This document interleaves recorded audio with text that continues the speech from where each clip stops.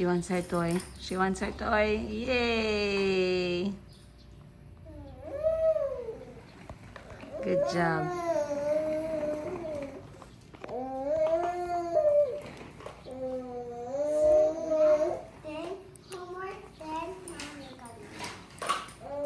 Where's your pencil yesterday? Finish your milk. Drink plenty of water, okay?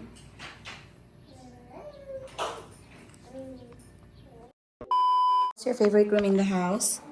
Living. Why living room? Because I love living room. There's a door so we can go outside. You like that one, huh?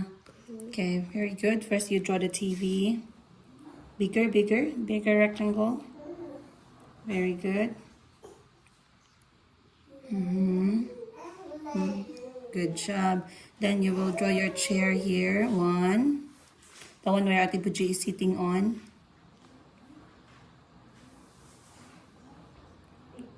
Very good. Then the chair where Mommy loves to lay down. Which That chair, the long one. You want me to help? Okay.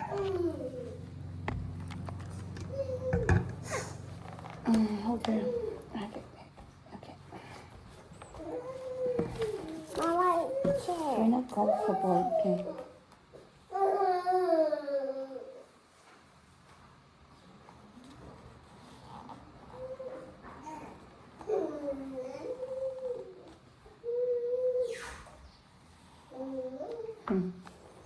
Then another chair on this side. Okay. Then we have a what? A big lamp, right? Right? Gives us light. Like that. It does like that. Then this one we have a table here and we have a picture here.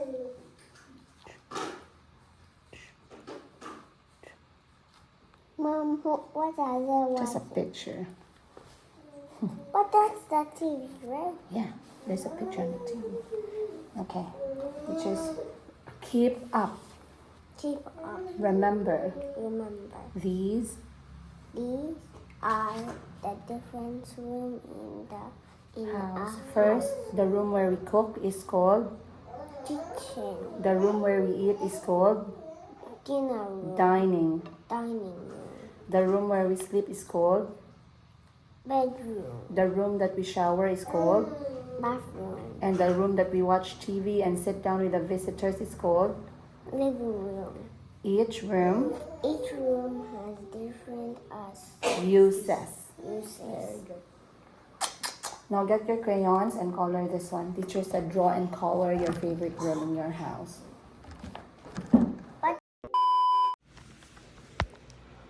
Chico, come give me a hug.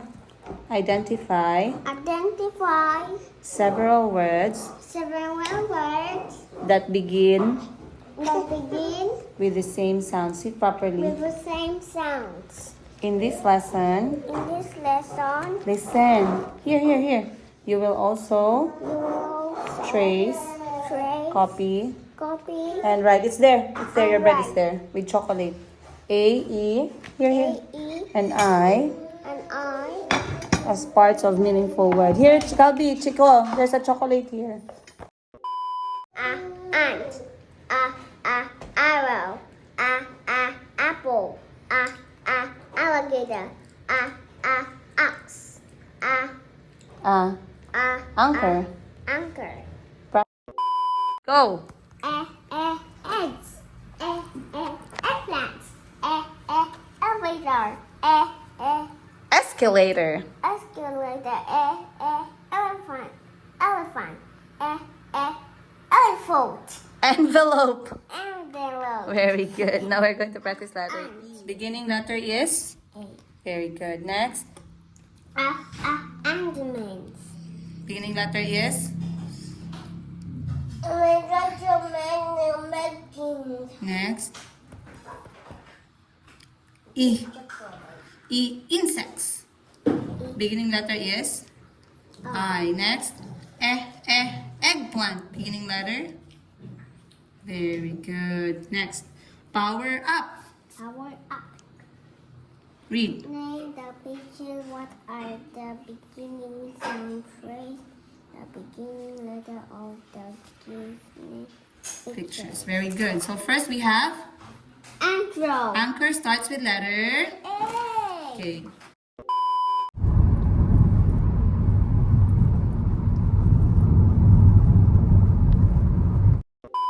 Guys, maayong buntag from General Santos City, ang maliit na tuna capital of the Philippines. If you don't know that, now you know.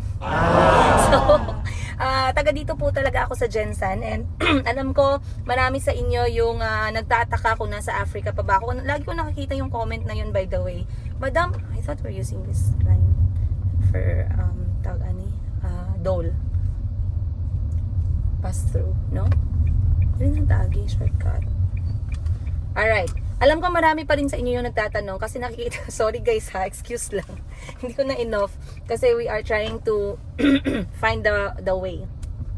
Anyway, marami yung mga nagtatanong pa rin sa inyo if I am still in Africa, if I am in Uganda, or nasan man ako dito sa Pilipinas. I am back home with my family, you guys, in General Santos City. I'm a proud general. Ay, general lang, isa lang pala. I'm a proud Ilongga kasi taga Ilongga tribe po talaga ako. Yung nanay ko taga South Cotabato, yung tatay ko taga Iloilo. So by blood kaming magkakapatid talaga ay pure blooded Ilongga sa tribo. But since I grew up here in Gensan, I spoke Visaya since I was young, and though kahit na Bisaya ako guys, minsan nagalabas talaga sa tono ko guys ng pagka-Ilongga. Kahit na naga-English ako, may nagsasabi sa akin, "Ma'am, may tono talaga yung English mo, ma'am. Ano ka siguro ay, ganun ba?" So okay lang, I am still proud. I never have that kind of feeling na I am embarrassed of who I am when it comes to the way I speak. I feel like the way I speak is a big part of my character as a person. So yeah, I'm still proud no matter what. And syempre shout out sa lahat ng mga taga Norala kasi taga dyan yung nanay ko. At shout out sa lahat ng mga taga Iloilo. Ayan, dahil taga dyan naman yung aking tatay. And wala lang, good morning once again. Ang taas na explanation. So time check natin 7:47 ng umaga, and it is a very sunny Saturday morning. And since Saturday ngayon, I wanted to be productive both on my personal career and also both on my personal career and business career. So I have decided to plan this day both to improve some of my content creating, and then mamayang hapon magbibenta-benta ako sa tindahan ni Madam Sheena Bangkok Wardrobe. So mamaya guys, papakita ko sa inyo ulit yung tindahan niya for you guys who's asking. But right now, I am going to attempt na bisitahin ang dalawang must visit na places dito sa Tupi at Polomolok, South Cotabato. Actually tatlo eh. But of course, the main subject of my visit is to watch how beautiful Mount Matutum is. So kung ngayon nyo lang yan narinig guys, paki-search na lang dyan sa Google. Lagay nyo na lang Mount Matutum ng South Cotabato. Ayun. So meron kaming pupuntahan ngayon which is the Magsangyaw. Ano nga yun? Wait lang guys. Yeah. May kodigo. The Magsangyaw Land of Praise. That's one. I believe it's quite ayun. I believe it's quite up there. So tingnan natin kung maaabot ng kotse. And of course, I will let you know para sa mga gustong pumunta. Once again, the Magsangyaw Land of Praise. I saw this pass by sa Reels ko, and I feel like this is just close by, around 1.5 hour drive. So, tingnan natin. The next one, which is just close by, is the Good Shepherd Chapel, which also has an amazing location, and you can really have a very good look of Mount Matutum. So, if you guys are asking, Mount Matutum is the highest peak here in South Cotabato, and it's a very nice shaped mountain. Kaya talagang nakikita ko siya from far, like pumupunta kami sa airport or driving around Gensan or nearby barangay dito sa Gensan. Pero I've never tried to travel as close as possible. So ngayon, itatry natin. And sasama ko kayo kasi alam ko bored na kayo sa buhay ninyo. Bored na kayo dyan nakaupo. So tara, samahan niyo ako guys. Let's go. Ako bahala sa gasolina. And then, We will try to get drone shots as well. So please watch out in this episode. Once again, mag-shoutout na ako in advance kay Parts nagdo-drone shots. May nagsabi nga pala last video, may nag-comment doon. Ang galing naman is ni Parts magkuha ng drone. Well, syempre, sino ba naman nagtuturo dyan? YouTube, iya lang. Kala nyo ako, no? Anyway guys, I'll see you on today's episode.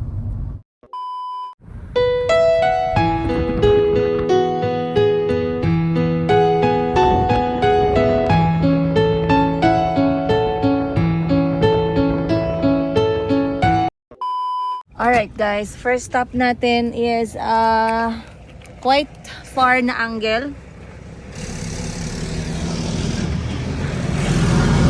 Pakita ko sa inyo shortly. First of all, mag-sunblock muna ang mga tao kasi sunog na sunog ako guys. Pinagalitan ako ng doktor ko kahapon dahil nga hindi ako nag-sunblock ng maayos. So, mag-sunblock muna ako saglit.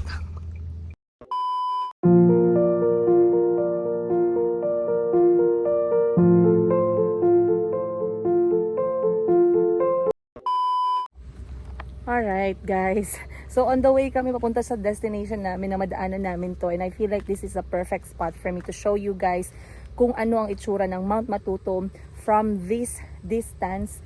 Mount Matutum is very visible right now and it's amazing kasi clear naman yung sky, a bit cloudy but it gives us a lot of or enough light para makita yung Mount Matutum. And alam nyo guys, minsan naiisip natin, we don't really know anything about a certain place na pinupuntahan natin, not unless we are planning to go there. And on my way here, I was reading facts about Mount Matutum. Ngayon ko lang nalaman, ang Mount Matutum pala ay Blaan word. Alam niyo, kanina pa ako kanina pa ako nagsasalita. Hindi ko pala na-press yung recording. Anyway, on our way here, I started reading about this place. Ayan, sinisigurado ko lang kung naka-record tayo. Saglit lang guys. On our way here, nag-open ako ng Google and then binasa ko doon about mga facts ng Mount Matutum. At doon ko nga nakita na ito palang Mount Matutum. Ang kanyang pangalan ay derived from Blaan native language which is Amyak Malo. And it means to climb and plant. Very interesting knowing na Mount Matutum is one of the top destinations dito sa South Cotabato for hikers and trekkers. So, sa akin naman guys, this one for me is the second best when it comes to the shape of the mountain. Second sa Mount Mayon. And I believe you guys are going to agree with me. Tingnan natin ulit. Ayan. Ganyan siya kaganda, you guys. And here, as you can see, yung foreground niya is ang Dole plantation ng pineapple. Okay lang naman dito guys magpalipad, mag-stop over, mag-picture, mag-videos. You can actually enjoy the view from here. Wala namang problema. Yung bawal lang naman dito is yung pagnanakaw ng pinya nila, lalo na pag wala pang bunga. So pag may bunga dito guys, matagal na ako tumakbo sa kotse, dala yung MG3 na pinya kasi ang sarap niyan. I remember way back sa university, I came here with a friend and maraming bunga. So in short guys, na-tempt yung lola ninyo nakapagkuha kami ng walang paalam ng mga 2 sako ng MG3. Yung MG3 is yung kanilang variety ng pinya na sobrang sarap, sobrang tamis at export quality. So hindi namin ma-afford yun way back university time talaga guys. So yeah, Dole Pineapple Plantation, if you are watching this, patawad. Sorry naman. Pero ngayon nakaka-afford na kami, nakakabili na kami guys. But very interesting. Very interesting. I parked the car on that side and sobrang lawak ng Dole Plantation. Ayan. At of course, God gave us amazing weather today. Medyo cloudy pero enough visibility naman yung ating Mount Matutum. So we are going to drive closer to that place and get our drone shots from there. Ayan. Ang ganda. Alright guys, swap muna tayo sa driver's seat. Ako muna magdadrive ngayon. Kailangan natin mag-practice magmaneho kasi baka maghanap ng ibang trabaho. Marunong tayo mag-drive. Let's go. Okay. Now, you guys know na ako talaga yung nagmamaneho. Kahit nung nasa Africa pa ako, sa Uganda pa ako guys. talagang nagda-drive ako ng automatic at ako yung sumusunod sa mga anak ko at naghahatid or driving around the city for like 2 hours, ganun. I am confident with driving. Pero kasi baliktad tayo dun sa Africa, sa left side kami na lane nagmamaneho. Dito naman sa Pilipinas, right side. Other than that, maraming nagsasabi bakit kailangan ko daw ng driver na marunong naman daw akong magmaneho. And I answered this a lot of times already. I prefer to have a driver kasi my job is more on mental at saka kamay.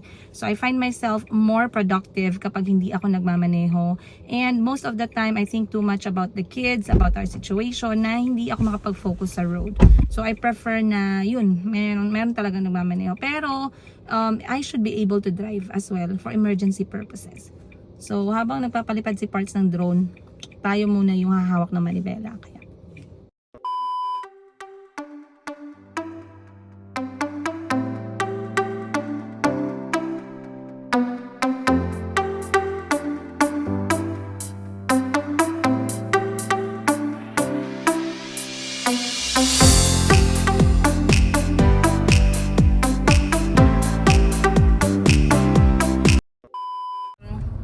I believe we are 30 minutes or 40 minutes away.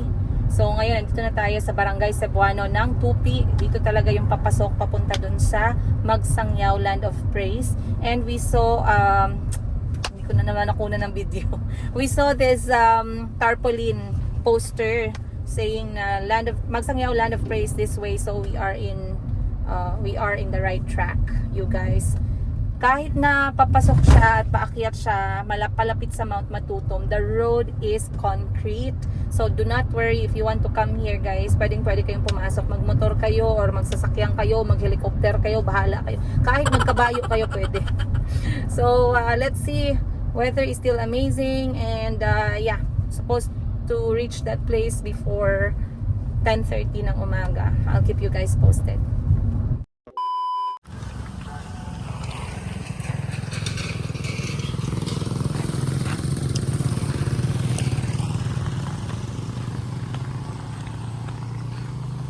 Barangay Linan. Welcome to Barangay Linan, the tourist destination of South Cotabato, 1st District. Halos hindi ko makita, guys. Pero papasok tayo dito, going to Magsangyao Land of Praise. Medyo gutom ako pero wala ako nakikita nagtitinda dito na side. Dapat pala doon tayo kumain sa unahan. Kaya, let's go.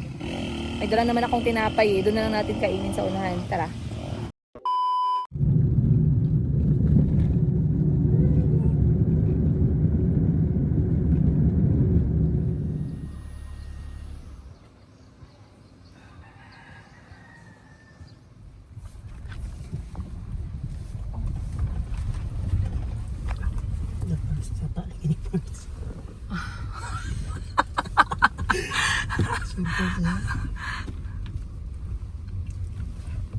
Alright guys, 17 minutes to location and narating namin yung rough road. Hindi ko alam kasi pag-check namin sa mapa, maayos naman yung daan. So let's just follow the map. So far so good. We are confident our car can actually do this. Pero tingnan natin kung gaano. Pero 17 minutes is not bad and I can already see the mountain, guys. Sobrang ganda! Ang problema nito mamaya, pag utumin tayo, wala tayong pagkain. Alam nyo. Ito man na dira. Paubos lang mo. Mawala po rin dalan, no? Walay laing dalan. Walay laing dalan. Dito nga semento dito unta. Ay, diretso dito. Pero mag-connect na po ni sa dire. Pag-abot niyo sa unahan, eskwelahan na semento, paubos lang mo. Pag-abot na po dito mga 200 meters siguro na dakong tulay pabukid na gina. Tapos sementado gyud siya. Buang ano? Dapat wala may nagtuo, no? Oo. Sige. Daghang salamat Alright.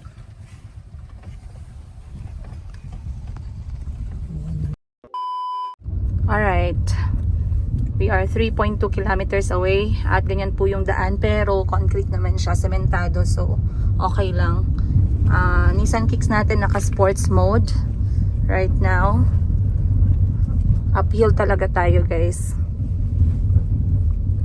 So baka nasa taas nasa tuktok ng bundok. Let's go. Marami naman kami nakitang mga motor tsaka sasakyan na umaakyat baba.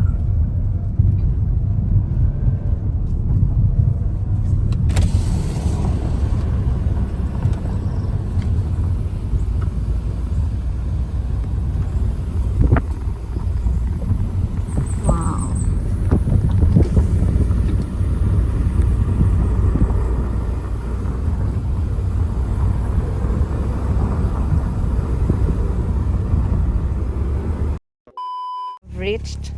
And, ayan, Magsangyaw, Land of Praise. Makiihi muna tayo guys dahil ako'y ihing-ihi na talaga. Pero dito sa labas ng Magsangyaw, there's a little bit of walking activity na magaganap galing sa parking. Pero makikita nyo, meron silang parang restaurant dito sa labas where you can get your snacks and use the toilet if you need. Very nice view. And sobrang ganda ng klima. Quite cool. Let's go. Praise the Lord, my soul, all my inmost being, His praise. His being praises His holy name. Psalm 103, verse 1. Good morning! Wow. Wala masyadong tao. Kasi siguro dahil... Ay, today is Saturday, by the way. Gang, pwede kami makagamit ng toilet? Sa likod po. Dito magdaan? Dito. Apo, thank you. Anong oras nagapunta yung mga visitors dito, te? Hindi, wala silang specific time, ma'am. Oh, pero any day Saturday meron talaga. Alright, toilet lang. Okay, 5 pesos tayo guys para sa restroom fee. Hihi muna tayo, later na lang magbayad after. Takbuhan na lang natin. Takbuhan yung 5 piso. Magbayad naman tayo, yan, female. 'Di ba? Malinis. Let's go. Right, magbayad lang tayo ng entrance fee, 50 pesos, dalawa. Thank you po. So, Saturday daw ngayon, normally may mga umaakyat talaga, pero walang oras. So, well-known yung Magsangyaw na place for praying. Pumupunta sila dito for prayers. Yes. Yung mga guest. Yes, ma'am. At saka, view ng Mount Matutom. Yes, ma'am. Okay. Overlooking po yung place natin sa taas, ma'am. Overlooking siya. Yes, ma'am. Oh, very nice. Ayan guys, ang kanilang ticket. May admission fee talaga dito ng 50 pesos. Kaya make sure na may dala po kayong cash. Meron bang GCash dito, ate? Wala, ma'am. You see, dapat cash to cash basis. Then dito sa tindahan nila, meron ding mga souvenirs, cups, meron stickers, and hindi ko alam ano pang iba. Merong mga verses. Alright, let's go. Kamote ba yun? Saan gi-harvest? Tanim ninyo. Magkano po? Dali, bilan natin. Bili tayo kay nanay.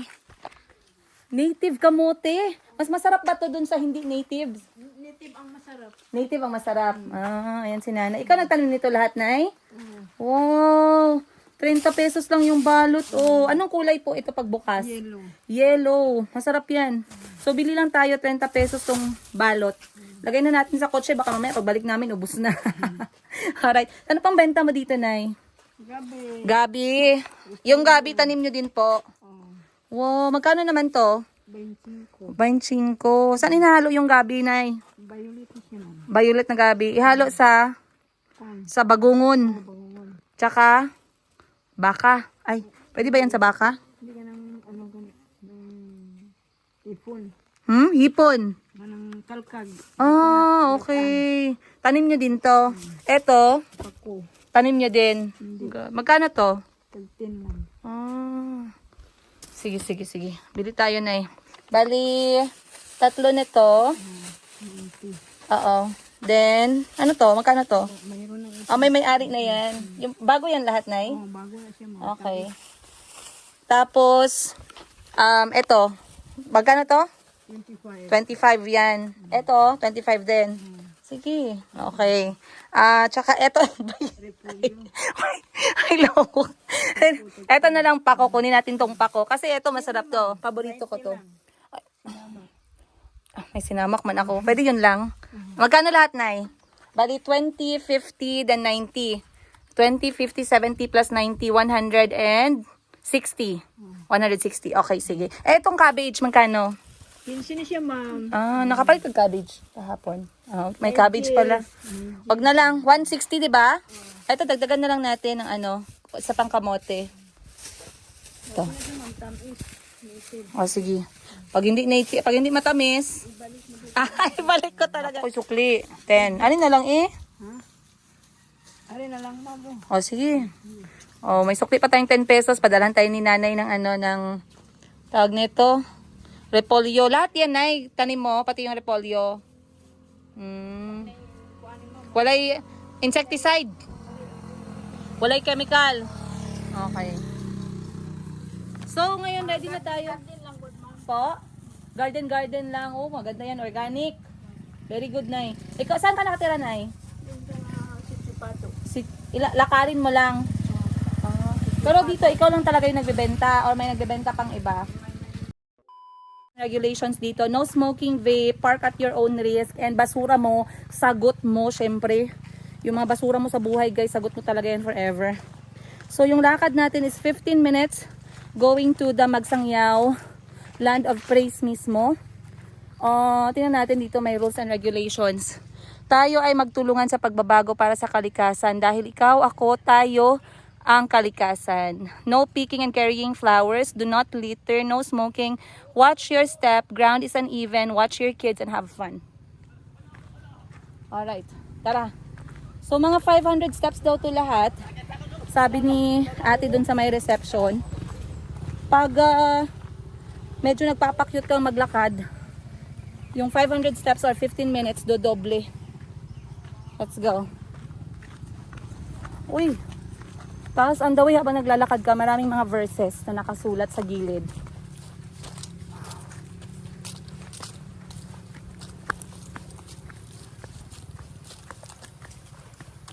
Okay, at least maganda yung weather, hindi mainit. So, perfect time. Pagod na ako, guys. 1 minute pa lang yung nilakad ko, pagod na ako.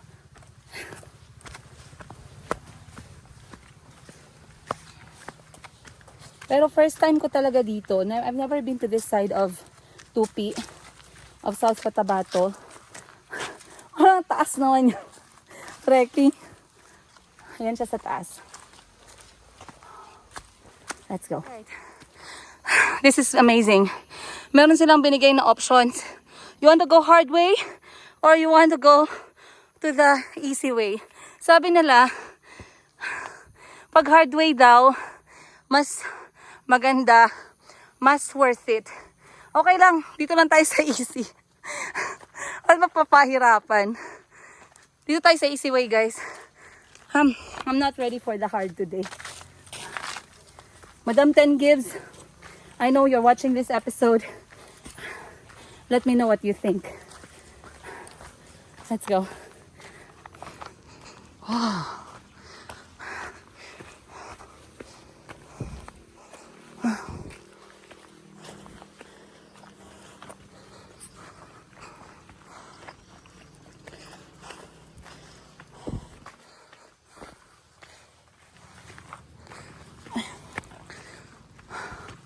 Oh, foggy.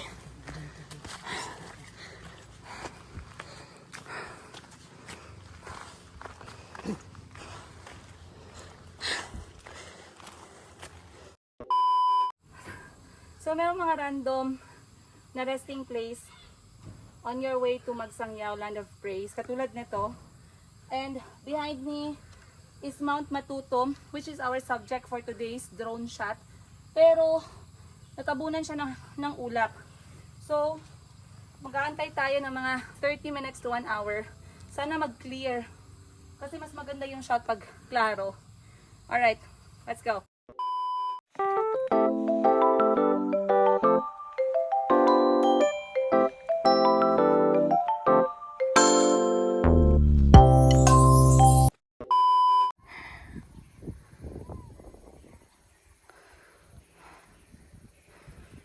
Land of Praise.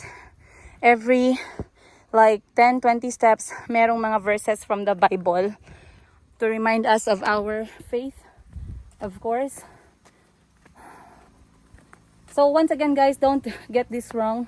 Hindi lang to siya for praise, for land of worship. You can come here for that reason, but you can also come here just to relax and appreciate the view and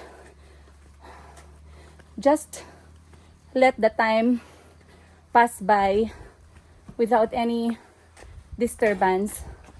Kasi wala rin masyadong signal eh. Alright, finally we have reached the Magsangyao, Land of Praise. So it took us 12 minutes to walk, not bad. Kasi sabi nila 15 minutes daw. 10 minutes, not bad.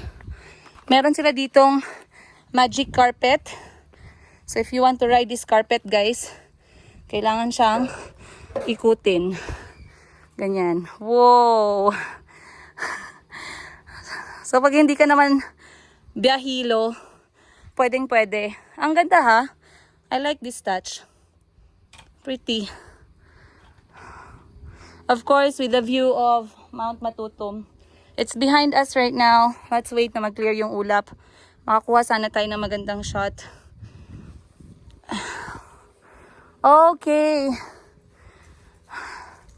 So here nakikita ninyo merong 3 cross. Ito talaga yung nakita natin sa mga nag-share ng mga ganitong lakad nila.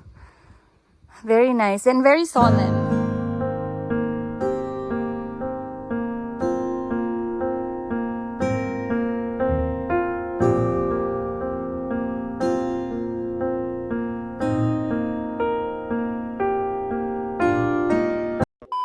Guys, marami silang mga kubo and view deck. Dahan-dahan lang tayo kasi medyo madulas. Para ma-imagine niyo yung papunta dito. Ayan, merong isang view deck dito na kita yung daan papunta. Take natin mamaya sa drone shots. Hindi pa kami makakuha ng drone shot natin kasi medyo talagang maulap. But as you can see from where I am right now, merong 2 maliit na kubo where people can chill and relax. You can buy food. Merong nagbebenta ng pagkain. Mga fast food like noodles, mabilisan lang, kape. So if you want, they also have it here. And you can take your photos and videos on this side. Akyat tayo dito, guys. Dahan-dahan lang tayo kasi baka mahulog yung cellphone natin na utang pa. So yan, ang daanan papunta dito. Basically, it is a very good road. Kaya huwag kayong kabahan. Tsaka yung lakad, konti lang. Pwede. Kayang-kaya. Yung lakad niya is pwede pang family. Pwede kahit 2 years old kayang akyatin. 12 minutes to 15 minutes. Mabagal pa yan na lakad ha. Hindi naman ganun ka-steep kasi at least some of the steps, sementado. So hindi delikado. It's nice. I believe kapag pumunta kayo dito, you can spend here like 3 to 4 hours if you want to really sit down, enjoy the view. Kung may dala kayong pagkain, pwede din. But if you just want to stay here and reflect sa mga desisyon nyo sa buhay, reflect sa paano ninyo sisingilin yung nangutang sa inyo na 1 taon na hindi pa nagbabayad, shout out sa'yo. Bayaran mo na ako kasi parang ang bait ng puso ko nung pinahiram kita, pero ngayon parang ako pa dapat yung umintindi. Ayan na yung fogs, guys, tumatakbo na. Very nice. Yung lamig niya, hindi mo din kailangan ng jacket. Sobrang lamig lang sa katawan, pero hindi na needed yung jacket dito. Enjoy mo na lang. The fogs, it's amazing.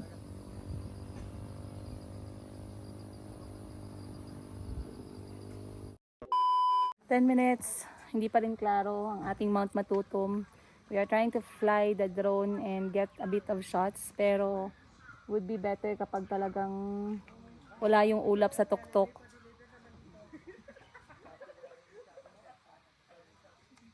Sobrang tahimik. Marami namang bahay, nakikita niyo guys, down there. Pero I believe Saturday is a slow day, kaya wala masyadong activity nagaganap. Source of income nila dito, most probably pagtatanim. Kasi ang dami ko nakitang taniman ng kamote. Kamote tsaka gulay, lalong-lalo na ng cabbage at tsaka gabi. Marami pa ako nakikitang community nasa baba pa talaga. We've been here for 1 hour pero hindi pa rin nag-clear yung ulap.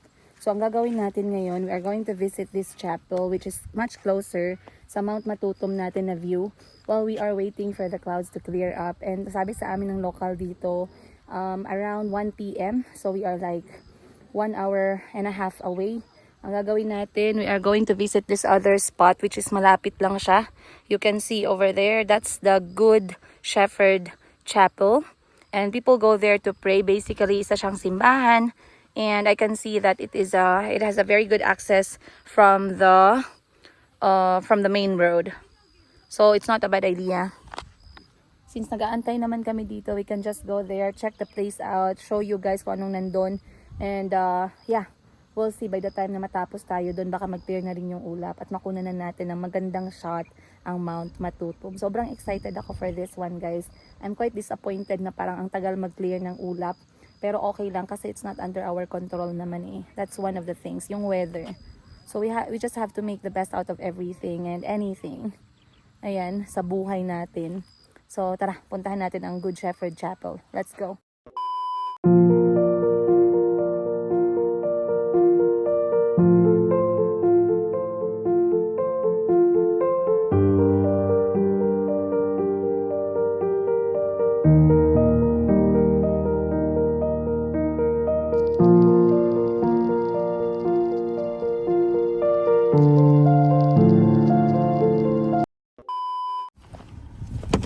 Mga bata dito, guys, tanungin natin. Ayun.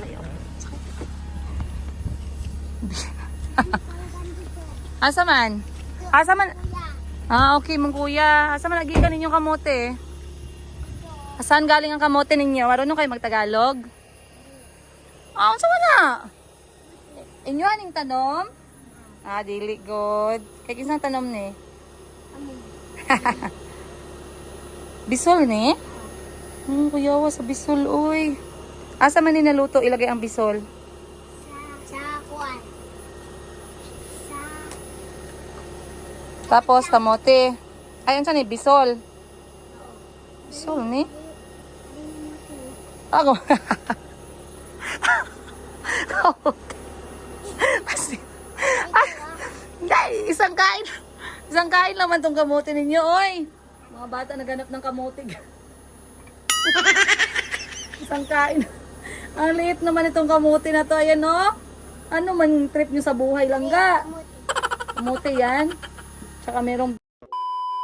Alright, guys. Finally, narating na natin yung Good Shepherd Chapel. It's up here. Pero yung dadaanan is hindi na pwedeng pumasok yung motor at tsaka yung sasakyan. It will take you like 10 to 15 minutes na walk. Pero sementado naman siya. And going from the parking area to the chapel itself, merong 14 stations that tells you all yung mga the day of pagdala ng cross ni Jesus Christ hanggang sa pinakataas. So napapansin ko merong mga lagayan ng kandila in every station. Right now, sobrang madilim yung Matutum. Hindi ko alam kung bakit. Lahat na nakapaikot dito, ang ganda, ang liwanag. Pero yung Matutum, guys, tinakpan ng maitim na ulap. So, titingnan lang natin yung chapel saglit. And then we shall see. Kasi imposible talaga, hindi talaga siya makita. Tara, samahan niyo ako, guys. Kita niyo kung gaano kaganda dito na side. And look at that side. So, it's maliit na simbahan na... Maliit na simbahan, of course, for our Catholic brothers and sisters. And right now, Saturday, so wala talagang nagsisimba. And I believe it is closed. Other than the simbahan, wala na ako nakikitang ibang amenities. Akyat tayo doon in a bit. At talagang nasa harapan talaga siya ng Mount Matutum, ha, in fairness. Ayan, oh. Sobrang dilim.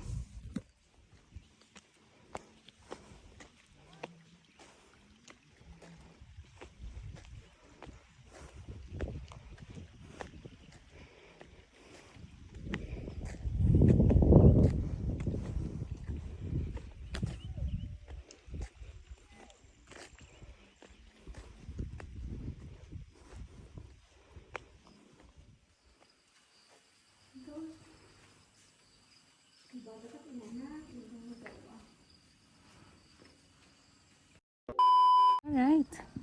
So basically, guys, that's it. It's a good place to check out. And kung Sunday, pwedeng mag-pray dito. It's a good place to enjoy the view still.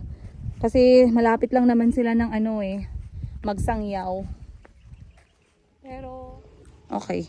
So nagkaroon tayo ng hiccup konti kasi isa sa dapat nating malaman pag meron tayong drone, we have to respect the private property na pwedeng kunan ng drone natin. So merong security na lumapit kasi they have a private property nearby. So we cannot take that shot.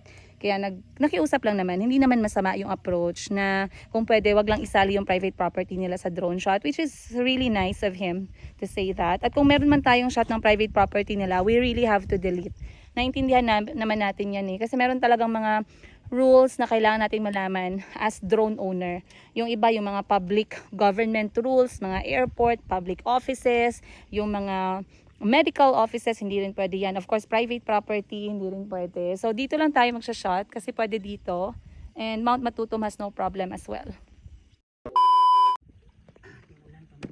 Wala na talaga guys. Wala talaga. Walang pag-asa ngayong araw ang ating Mount Matutum na drone shot. Sobrang nahihiya si Mount Matutum ngayon. Talagang nagtakip talaga siya pagkakita niya ng drone. So, kita nyo naman. We can't get any decent shot with that one. Hindi lang dahil sa ulap, madilim din yung ulap, masyadong gloomy. And it's not promising. Sabi ng mga local 1 PM pero I believe it's not gonna go by 1 PM. So most probably we are going.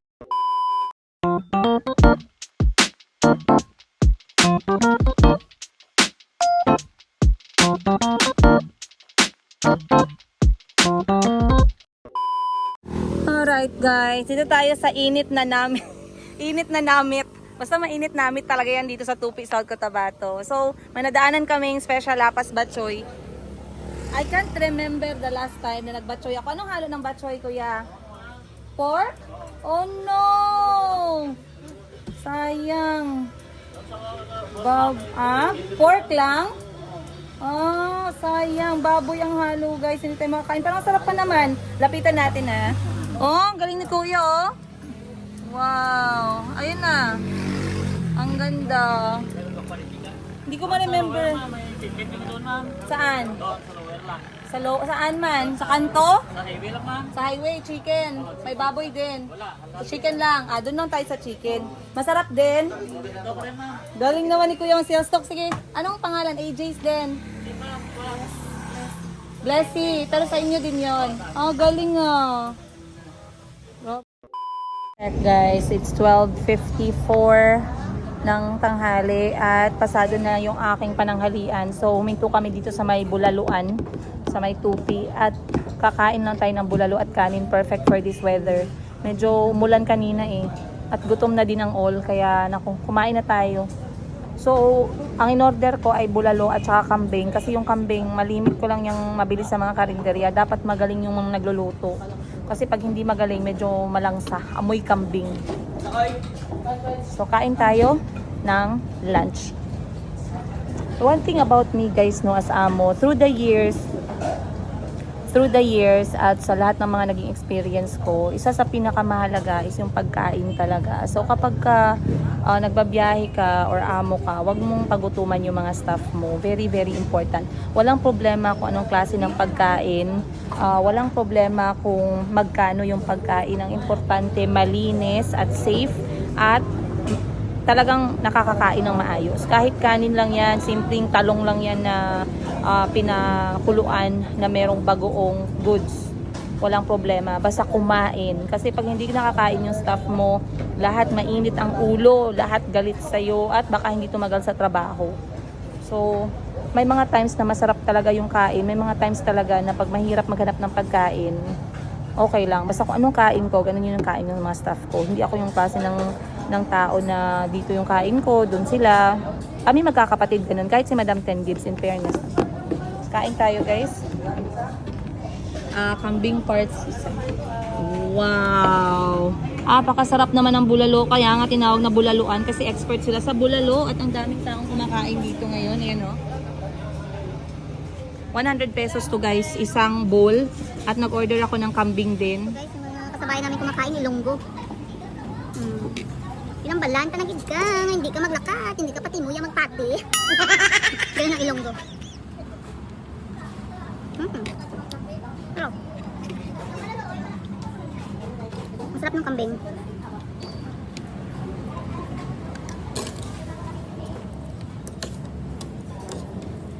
marunong magluto ng karne ng kambing.